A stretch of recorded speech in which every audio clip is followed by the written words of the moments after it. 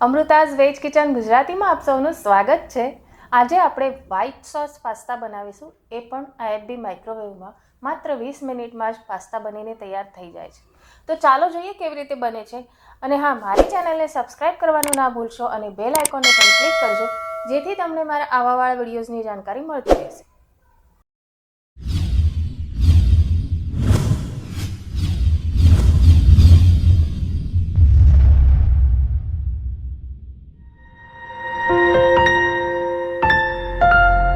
White sauce pasta બનાવવા માટે આપણે લઈશું પાસ્તા આ શેપના લેવાના છે, સિમ્પલ। તમે અલગ અલગ શેપના લઈ શકો છો, પણ એમાં શું થાય છે કે તૂટી જાય છે, પછી એનો ટેસ્ટ સારો આવતો નથી, મિક્સ થઈ જાય છે। Red, green, yellow bell pepper, તો લીલી, લાલ અને પીળી શિમલા મિર્ચ, સ્વીટ કોર્ન, બટર, ચીઝ, 2 મોટા ચમચા મેદો, લસણ, કાળા મરી, મીઠું સ્વાદ મુજબ, દૂધ, ઓરેગાનો, ચીલી ફ્લેક્સ અને મિક્સ હર્બ્સ। સૌથી પહેલાં આપણે એક માઇક્રોવેવ સેફ બાઉલમાં પાણી લઈશું। 1 કપ પાસ્તામાં 1.5 કપ જેટલું પાણી નાખવાનું છે।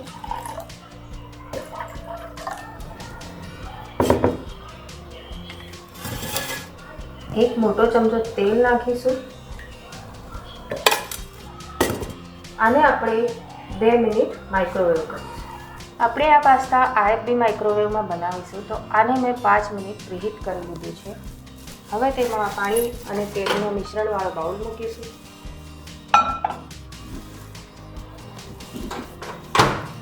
આ ટાઈમરમાં આપણે 2 મિનિટ સેટ કરવાના છે।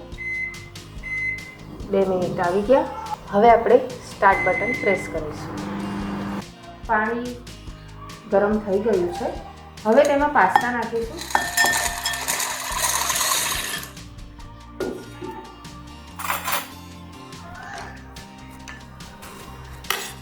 હવે આને આપણે 5 મિનિટ માઇક્રોવેવ કરીશું। જે રીતે આપણે બાઉલમાં પાણી 2 મિનિટ માઇક્રોવેવ કર્યું છે, એ જ રીતે 2 મિનિટની જગ્યાએ 5 મિનિટ સેટ કરીને માઇક્રોવેવ કરવાનું।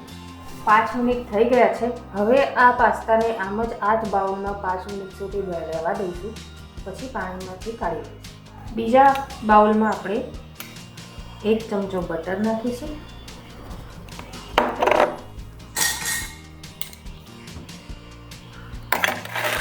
આ બટરને 2 મિનિટ ગરમ કરીશું। 2 મિનિટ થઈ ગયા છે। બટર સારી રીતે મેલ્ટ થઈ ગયું છે। હવે તેમાં બેલ પેપર નાખીશું।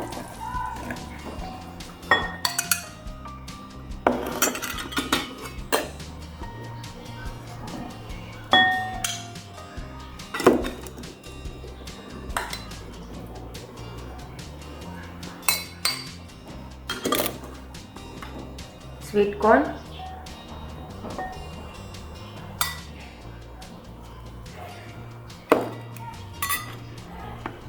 કાળા મરી, મીઠું સ્વાદ મુજબ,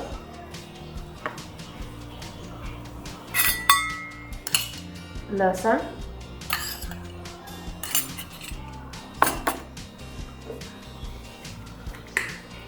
ઓરેગાનો,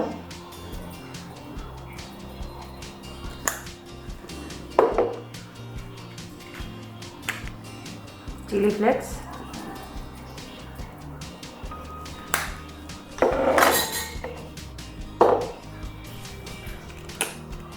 અને મિક્સ હર્બ્સ નાખીશું।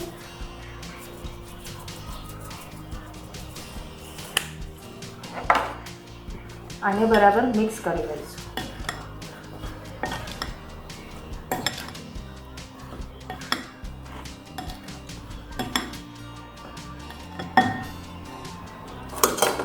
હવે આને 5 મિનિટ માઇક્રોવેવ કરીશું। 5 મિનિટ થઈ ગયા છે અને આ બધી વેજીસ છે સરસ કૂક થઈ ગઈ છે।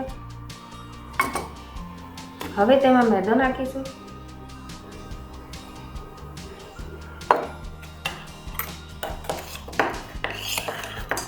અને થોડું બટર નાખીશું અને મિક્સ કરીશું।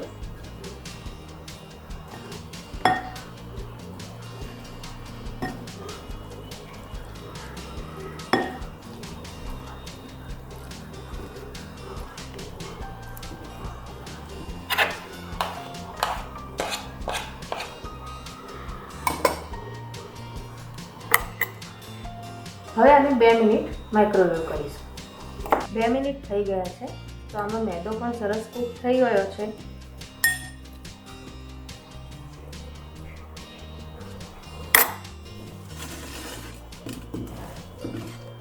હવે તેમાં દૂધ નાખવાનું છે.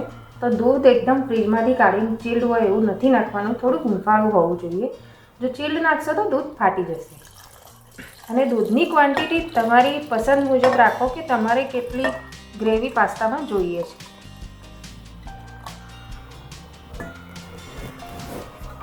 અહીંયા મેં 200 ml દૂધ નાખ્યું છે. હવે આને 6 મિનિટ માઇક્રોવેવ કરીશું. પાસ્તા તમે જોઈ શકો છો સરસ ફૂલી ગયા છે. અને આ રીતે દબાવો તો દબાઈ જાય એવા પાસ્તા જોઈએ, એકદમ ચડી ગયેલા ના જોઈએ. તો હવે આપણે તેમાંથી પાણી કાઢી લઈશું. 6 મિનિટ થઈ ગયા છે. આ મિશ્રણ થોડું જાડું થયું છે તો હજી આપણે જાડું કરવાનું છે. તેના માટે હજી 5 મિનિટ આપણે આને માઇક્રોવેવ કરીશું. તમે જોઈ શકો છો આ સરસ જાડું થઈ ગયું છે.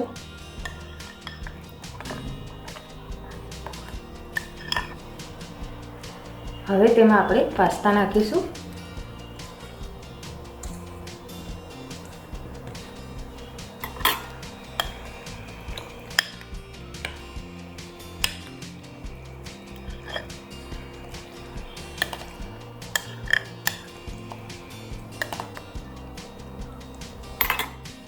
આ ગ્રેવીમાં સેટ થાય એટલા પાસ્તા આપણે નાખવાના છે. અને મિક્સ કરી લઈશું.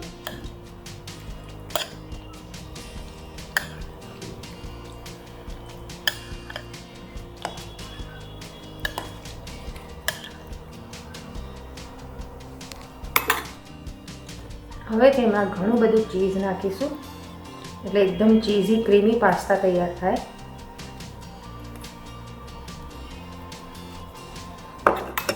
ચીઝની કોઈ ક્વોન્ટિટી ફિક્સ નથી, તમને ગમે તેટલું ચીઝ તમે નાખી શકો છો.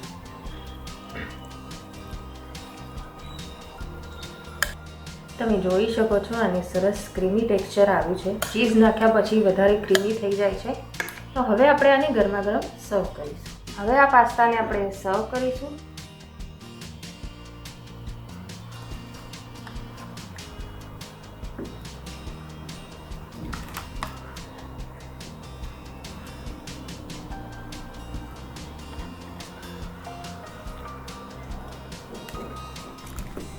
ખૂબ જ સરસ ટેસ્ટી ક્રીમી ટેક્સચર આનું આવ્યું છે.